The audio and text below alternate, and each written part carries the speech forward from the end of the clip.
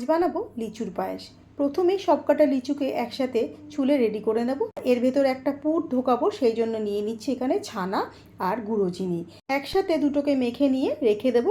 এবার একটা ছুরি দিয়ে লিচুর গাটাকে কেটে নিয়ে তার ভেতর থেকে দানাটা ছাড়িয়ে নেব।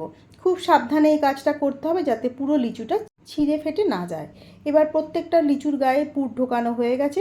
এখন এখানে কড়াইতে নিয়ে নিয়েছি দুধ।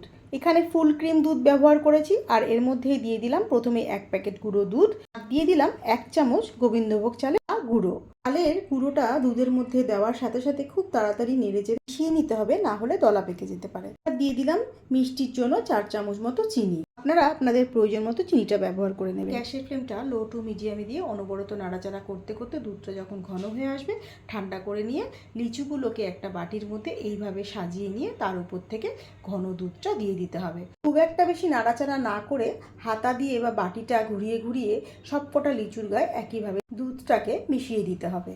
এবার 2-3 ঘন্টা ফ্রিজে রেখে ঠান্ডা ঠান্ডা পরিবেশন করব।